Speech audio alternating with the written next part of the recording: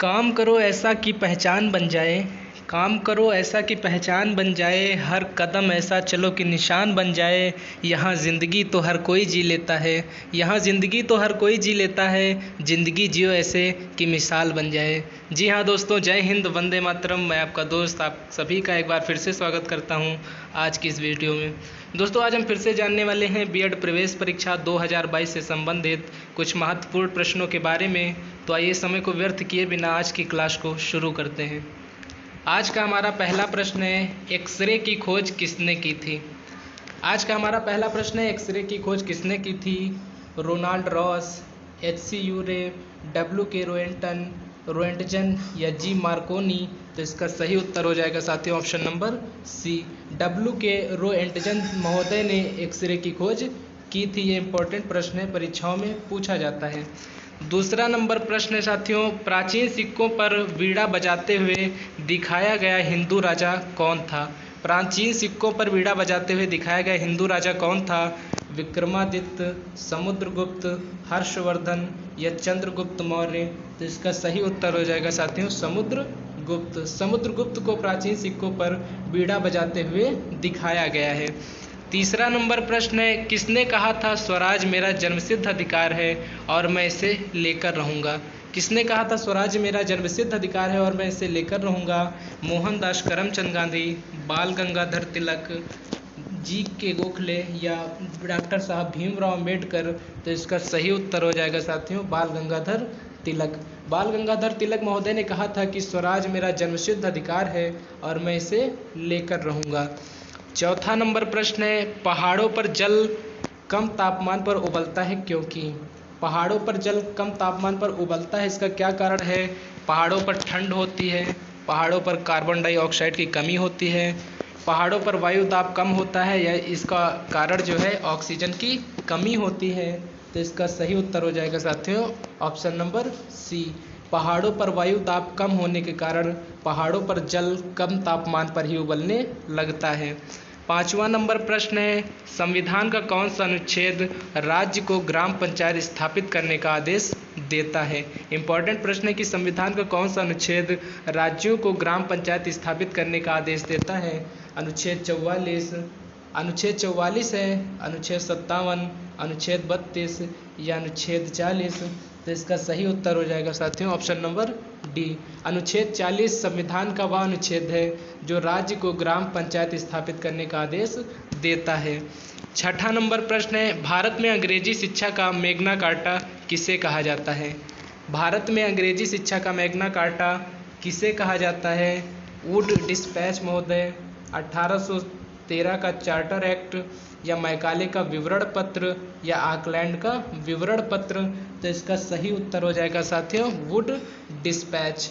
Wood dispatch को जो 1854 में आया था, इसको भारत में अंग्रेजी शिक्षा का मैग्ना कार्टा माना जाता है। इंपॉर्टेंट प्रश्न है साथियों।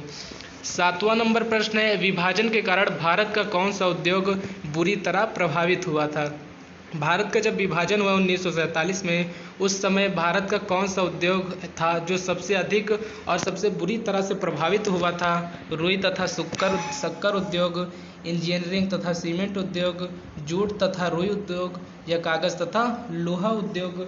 तो इसका सही उत्तर हो जाएगा साथियों ऑप्शन नंबर सी, जूट तथा रुई उद्योग भारत के विभाजन के कारण भारत का एक ऐसा उद्योग था जो सबसे बुरी तरह प्रभावित हुआ था। आठवां नंबर प्रश्न है, महर्षि गौतम का संबंध किस दर्शन से है। महर्षि गौतम का संबंध किस दर्शन से है। सांख्य दर्शन से, योग दर्शन से, न्याय दर्शन से या वैश्विक दर्शन से। तो इसका सही उत्तर हो जाएगा साथियों न्याय दर्शन से। ऑप्शन नंबर सी सही हो जाएगा, महर्षि गौतम का संबंध न्याय दर्शन से था। नवां नंबर प्रश्न है साथियों, तोराह किस धार्मिक संप्रदाय की पवित्र पुस्तक है। तोराह किस धार्मिक संप्रदाय की पवित्र पुस्तक है। रस्तफेरियानों की, बौद्धों की, यहूदियों की या जेविनिस्ट्स की। तो इसका सही उत्तर हो जाएगा साथियों यहूदियों की। ऑप्शन नंबर सी सही हो जाएगा। तोराह जो है, तोराह एक पुस्तक है जो यहूदियों की एक धार्मिक पुस्तक है, जो यहूदियों की मतलब एक धार्मिक पुस्तक है और यह बहुत ही पवित्र पुस्तक मानी जाती है यहूदियों की। और 10वां नंबर प्रश्न है, प्रार्थना समाज की स्थापना किसकी प्रेरणा के फलस्वरूप हुई थी? प्रार्थना समाज की स्थापना किसकी प्रेरणा के फलस्वरूप हुई? केशव चंद्र सेन, देवेंद्र नाथ टैगोर, गोपाल हरि देशमुख या ईश्वर चंद्र विद्यासागर? तो इसका सही उत्तर हो जाएगा साथियों option number A, Keshav Chandra Sen के प्रेरणा के फलस्वरूप प्रार्थना समाज की स्थापना हुई थी। 11 नंबर प्रश्न है साथियों, पाल वंश का संस्थापक किसे माना जाता है? निम्नलिखित में से किसे पाल वंश का संस्थापक माना जाता है? गोपाल, धर्मपाल, देवपाल या इनमें से कोई नहीं? तो इसका सही उत्तर हो जाएगा साथियों गोपाल। गोपाल को पाल वंश का संस्थापक माना जाता है। इंपॉर्टेंट प्रश्न है ये। 12वां नंबर प्रश्न है, 1815 ईस्वी में निम्नलिखित में से किसने कोलकाता में आत्मीय सभा की स्थापना की थी? 1815 ईस्वी में निम्नलिखित में से किसने कोलकाता में आत्मीय सभा की स्थापना की थी?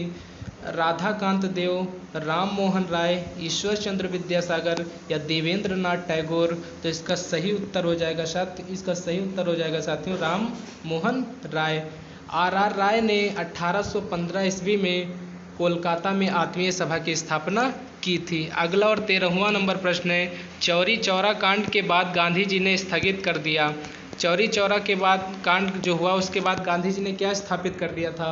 सविनय अवज्ञा आंदोलन, खिलाफत आंदोलन, असहयोग आंदोलन या भारत छोड़ो आंदोलन? तो इसका सही उत्तर हो जाएगा असहयोग आंदोलन। जब चौरी चौरा कांड हुआ तो इसके बाद गांधी जी ने असहयोग आंदोलन को पूर्ण रूप से स्थगित कर दिया था। 14 नंबर प्रश्न है, रेफ्रिजरेटर खाद्य पदार्थों को खराब होने से बचाता है, इसका कारण क्या है? रेफ्रिजरेटर जो होता है यह खाद्य पदार्थों को खराब होने से बचाता है क्योंकि इसके न्यून तापमान पर जीवाणु और फफूंदी निष्क्रिय होते हैं। इसके न्यून तापमान पर रोगाणु मर जाते हैं। इसके न्यून तापमान पर रोगाणु जम जाते हैं। यह ऑप्शन नंबर डी है। यह खाद्य पदार्थों को रोगाणु रहित कर देता है। तो इसका सही उत्तर हो जाएगा साथियों ऑप्शन नंबर बी। रेफ्रिजरेटर खाद्य पदार्थों को खराब होने से बचाता है क्योंकि इसके न्यून तापमान पर रोगाणु जो होते हैं वो अपने आप मर जाते हैं। 15 नंबर प्रश्न है, रक्त के AB वर्ग वाला व्यक्ति ऐसे व्यक्ति को रक्तदान कर सकता है जिसके रक्त का वर्ग हो।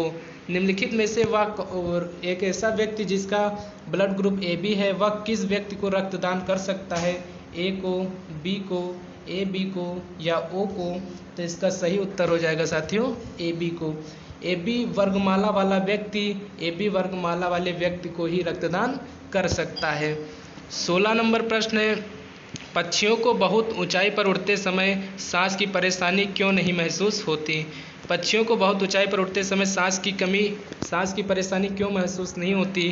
क्योंकि उनके फेफड़े बहुत मजबूत होते हैं, बहुत बड़े होते हैं, वे निष्क्रियता के साथ उड़ते हैं, उनमें अतिरिक्त वायुकोश होते हैं या वे कम ऑक्सीजन का प्रयोग करते हैं। तो इसका सही उत्तर हो जाएगा ऑप्शन नंबर सी, उनमें अतिरिक्त वायुकोश होते हैं। पक्षी जब बहुत ज़्यादा ऊंचाई पर उड़ने लगते हैं तो उनमें उतनी ऊंचाई पर भी उड़ते समय ऑक्सीजन की कमी महसूस नहीं होती। इसका कारण है कि उनमें अतिरिक्त वायुकोश होते हैं। 17 नंबर प्रश्न है, वह चुनिए जो मिश्रण नहीं है।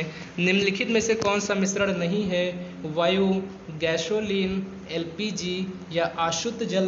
तो इसका सही उत्तर हो जाएगा साथियों आशुत जल। आशुत जल मिश्रण नहीं है निम्नलिखित में से। 18 नंबर प्रश्न है, संविधान के अंतर्गत निम्न में से कौन सा एक मौलिक अधिकार है? निम्नलिखित में से संविधान में लिखा गया है कौन सा एक मौलिक अधिकार है? शिक्षा का अधिकार, काम का अधिकार, संपत्ति का अधिकार या सूचना का अधिकार? तो इसका सही उत्तर हो जाएगा शिक्षा का अधिकार। शिक्षा का अधिकार संविधान के तहत एक मौलिक अधिकार माना जाता है। 19 नंबर प्रश्न है, केरल की राजकीय भाषा क्या है? केरल की राजकीय भाषा क्या है? कन्नड़, तमिल, मलयालम या तेलुगु? तो इसका सही उत्तर हो जाएगा साथियों option number C, Malayalam Kerala की राजकीय भाषा है। मलयालम केरल की राजकीय भाषा है। अंतिम और 20 नंबर प्रश्न है, जवाहर सुरंग किस राज्य में है? जवाहर सुरंग किस राज्य में है? हिमाचल प्रदेश, जम्मू कश्मीर, उत्तराखंड या गोवा में? तो इसका सही उत्तर हो जाएगा साथियों जम्मू कश्मीर में। इम्पॉर्टेंट प्रश्न है, पूछा जाता है कि जवाहर सुरंग का किस राज्य में स्थित है, तो इसका सही उत्तर हो जाएगा साथियों जम्मू और कश्मीर में। तो दोस्तों आज की इस वीडियो में फ़िलहाल इतना ही, मिलेंगे एक नई वीडियो के साथ, तब तक के लिए जय हिंद जय भारत।